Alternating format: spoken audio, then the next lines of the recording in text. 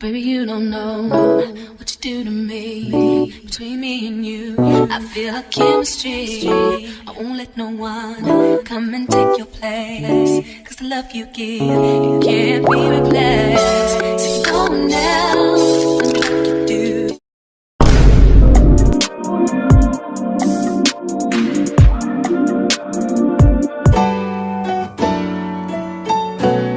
What is up, YouTube? It is your girl Creole Barbie here with Creole Barbie TV. If you're new to my channel, welcome. My name is Creole Barbie. Do not forget to like, comment below, but most of all, subscribe below in order to be part of the hottest, alright? The hottest movement around, and that's in fact indeed the Barbie gang. Not familiar with me and it's your first time visiting my channel, then welcome. Welcome. My name is Creole Barbie. What I do here on my channel is I make tons of videos pertaining the USPS, how to apply with the post office, what to expect within your 90 days, how to read your paycheck stubs, and more. So be sure to check out my USPS playlist where I give you a great deal of insight on what to expect when joining the postal service. Without further ado, let's get into the video. I'm not going to talk too much because I'm currently sitting outside the money bag right now. As you can see, a lot of people are joining the postal service and they need to know some valid information, some valuable information, and I'm here to help you. Some of the things I'm going to talk to you guys about is number one, requesting time off. What is requesting time off? For some people that may ask that question, requesting time off is scheduled absences. In better terms, when you work at the USPS, you want to eliminate your unscheduled absences and replace them with scheduled absences. If you feel like you need some time off to do whatever it is that you need to do, and you have the leave for it, leave such as annual, you incur these annual vacation hours for anything, whether it's personal, vacation, whatever the case may be. You incur these hours per pay period. Depending on where you are is how much you receive. Alright? Stuff is different, so I can't really throw out specific numbers out there. As a PSC, I know I incur 4 hours per pay period. As a career employee, is a little bit different because they do front you your annual, and these is hours worked. It doesn't count hours that you don't work. It's hours work. Okay?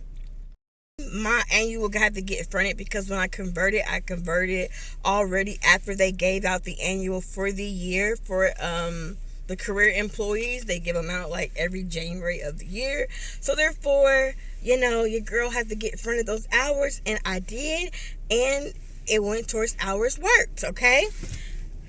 Now, how do you request for time off? Proper thing to do is contact with your supervisor by filling out a form that's called a 3971.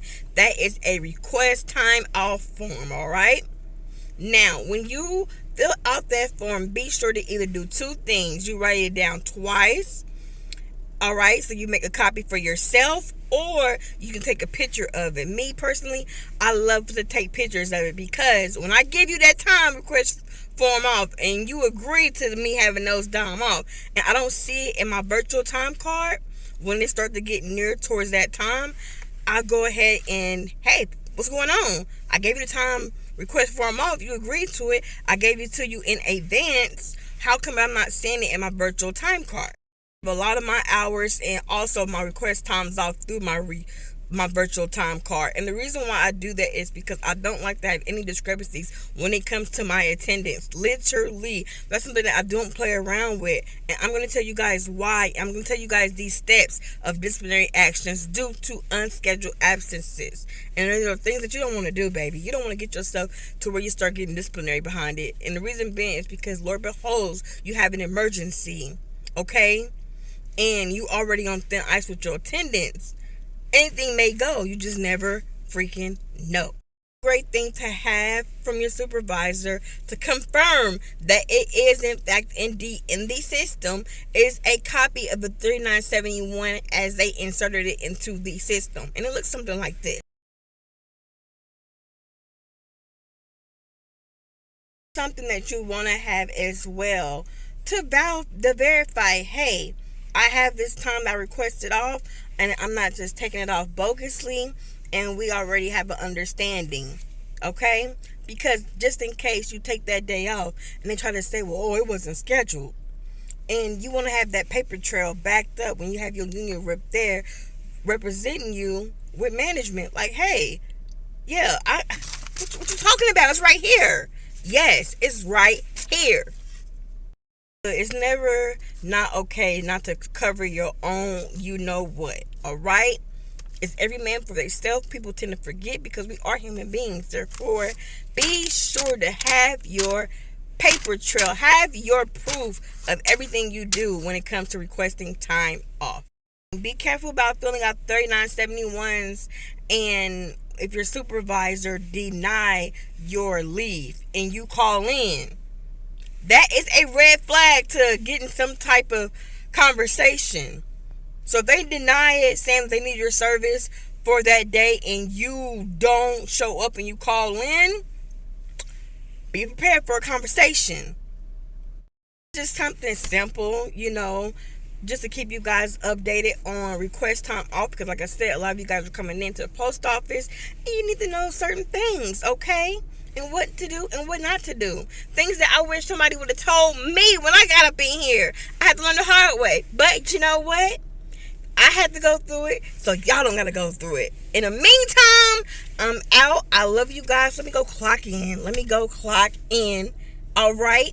And we're going to get this day started. Happy Thursday. Well, Friday Eve. Today is Thursday. We almost approaching the weekend. You guys be safe, be blessed, and I'm out. I'll see y'all later. Deuces.